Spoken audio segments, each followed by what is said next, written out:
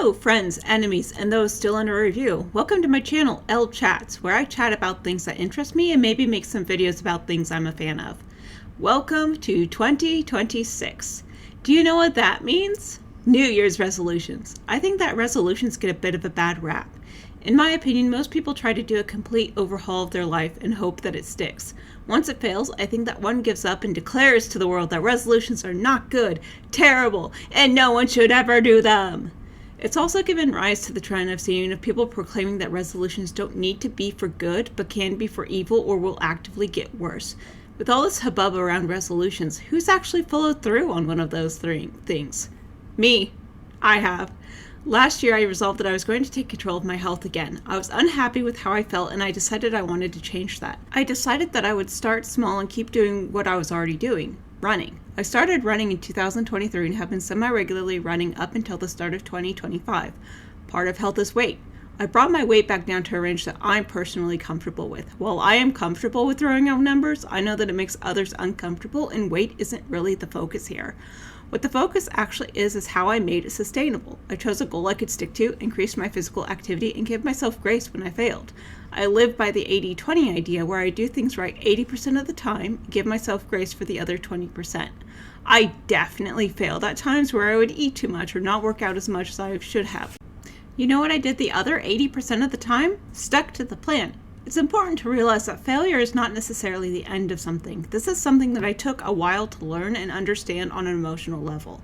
I still struggle with this idea sometimes. Then I take a look back at how much progress I've made and how this really is just a case of my mind moving the goalposts, and I relax and let it go.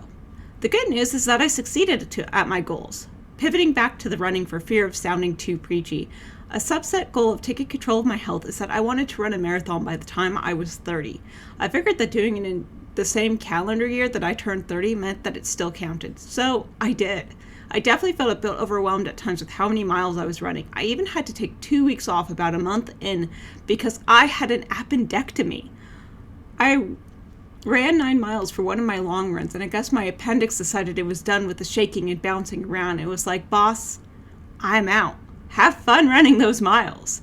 I also stopped a few runs early throughout the training cycle. My main goal was simply to finish running the marathon.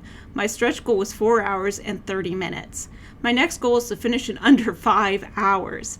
My finish time was 4 hours, 50 minutes, and 34 seconds. That's an average of 11 minutes and 5 seconds per mile. I remember wanting to quit at mile 23. I know. So close, because I watched the 4 hour and 45 minute pacing group leave me behind, and I was certain, 100% certain, that I was not going to make it in under 5 hours. I actually think the race photographer caught that exact moment on my face, and I'll throw it in now. Obviously, directly identified details have been edited out, except for the fact that my face looks like I'm about to cry. I told myself I could either cry now or cry later when I'm done, and I decided to cry later that day. I didn't know where I was at on the course timer until I could see the finish line. I read that 4 hours and 56 minutes had elapsed since the first wave had started. So I sprinted. I dug for any energy left, any at all. The downhill finish helped, and sprinted. I crossed the finish line in under 5 hours by both my bib time and the course clock. Success. I could really yap about how much I enjoyed running and the marathon itself all day. The main point is that I made a resolution last year to take control of my health. I set concrete steps to do so, running consistently at least 3 times a week, losing weight, and going to the doctor and dental checkups. Taking care of my dental health meant getting regular checkups and the necessary work done. As someone who struggles with setting and maintaining habits, this was definitely a challenge.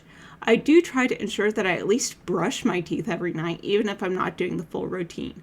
It's been an expensive year, both for dental work and for the appendectomy. Looking back over 2025, I think that I definitely took care of my health, and that was the whole resolution. This upcoming year, I still have goals I want to achieve that could be under the subset of taking control of my health.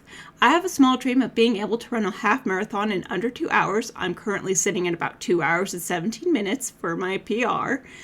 My other dream is to run a 10K, that's 6.2 miles for those of us who use miles, in under an hour. My current record is 1 hour and 5 minutes. These goals feel more like refinements of the big resolution I had last year. I also want to incorporate strength training at least twice a week, but again, these feel like fine-tuning to my lifestyle changes so far. For 2026 resolutions, I'd like to flex more creative muscles. I do have hobbies outside of running, like sewing, knitting, and baking. I already have a project started on my knitting needles, a shawl for my cold office at work. Honestly, picking up baking as a hobby probably resulted in picking up running as a hobby. I also want to get this YouTube channel off the ground. I can't guarantee how often I'll post, though I think I'll try to post at least once a month for 2026. This could be a community post or a video like this. I do have a couple of scripts half written that I want to talk about, but I feel like they could do with a bit more refining. These include Lord of the Rings, Pride and Prejudice, and now the marathon experience overall. I might migrate to more videos with me on screen as I get more comfortable with this process. I do think that knitting is probably one of the easier hobbies to film without showing my face and put it online. I think 2026's resolution will be the year of hobbies and building on 2025's progress. It really doesn't have to be too serious to be a resolution. I've seen some pretty fun ones, like trying all the shapes of pasta or petting more animals. While lifestyle change, whatever that means to you, is a great goal, make sure that it is something sustainable in your life and it will stick for longer. Remember that failure isn't the end, it's merely a stumbling block. Shake it off and try again tomorrow. Whether my resolution is big or small, it's pretty safe to say that I'm a big fan of resolutions. Now I turn this to you, friend, enemy, or those under review. What are your resolutions for the year? Do you think that they're overrated too? Please remember to like, comment, or subscribe if you like hearing me chat to you and would like to hear more from me. Have a great day. I'll talk to you soon.